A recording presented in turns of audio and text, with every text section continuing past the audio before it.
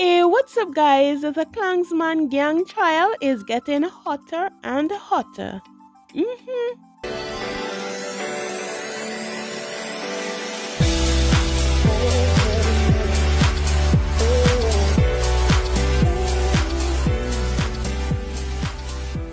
More grim details of the operations of the Klangsman gang trembled from the lips of the second gang member turned state witness in the ongoing trial, where 33 people are being accused of being a part of the criminal organization at the Home Circuit Court downtown Kingston. Witness number 1, who has been testifying from a remote location, brought the curtains down, detailing a crude request from the accused Joseph McDermott for the body of a man who has been killed to be dug up so he could get the skull to, quote, drink blood from, end quote.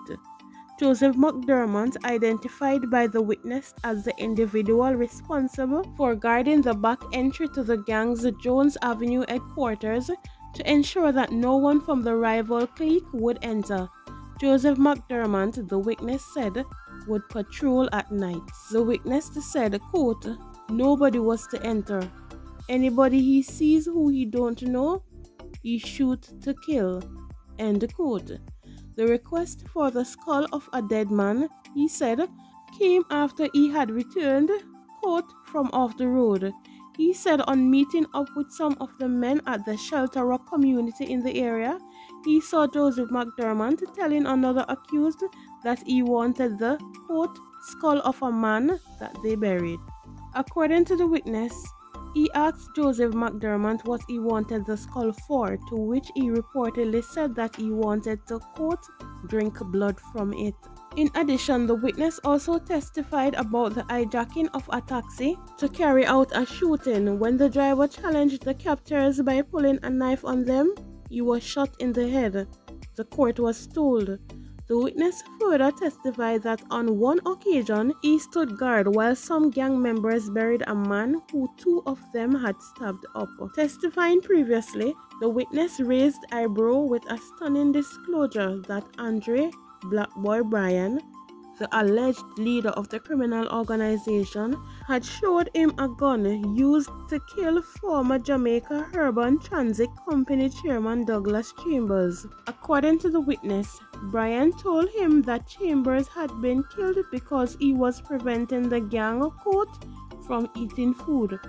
He claimed that Bryan told him that he gave the gun to an individual to sell because he didn't want the gun to be in St. Catherine.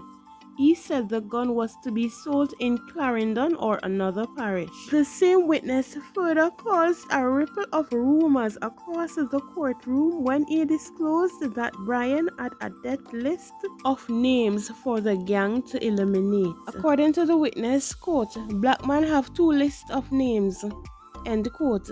At one meeting held by the gang, he said that Blackman was complaining that, quote, 3 men left on one of the list and he needs them to come off so he can move to the next list. As to how those names would be made to come off, the witness said, quote, the only way they can come off is if them dead, end quote. He also told the court that the other issues discussed at those meetings surrounded the collection of extortion money at the Spanish Town bus park.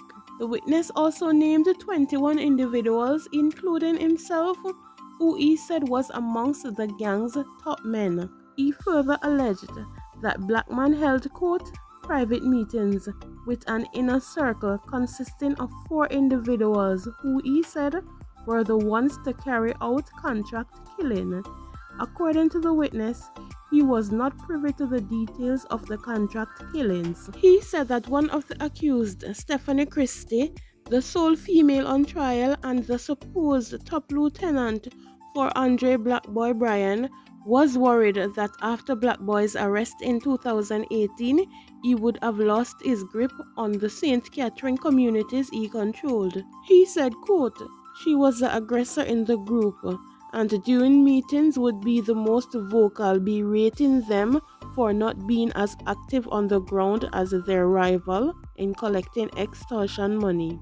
The witness also added that members of the gang frequent meetings put on by the People's National Party. Now that was testimonies from the first ex-Klansman aka One Dan gang member turned state witness for the prosecution. The second ex-gang member turned state witness for the prosecution testified that incarcerated dancehall artist Vybz Kartel had reportedly ordered hits on 3 persons, including an entertainer. The witness told the court that the order was reportedly given to the One Dan gang. The former gang member said that 2 of the targets were killed in a double murder in Waterford, St. Catherine, and an attempt was made on the life of the entertainer, who he did not name. Pertaining to the orders, he said, quote, "This instruction was given to me by Vybz Kartel by phone." End quote. The witness dropped a bombshell while giving evidence about defendant Jazzy Blake, who is known to him as Squeeze High. The witness told the court that Blake was the driver in the 3 incidents.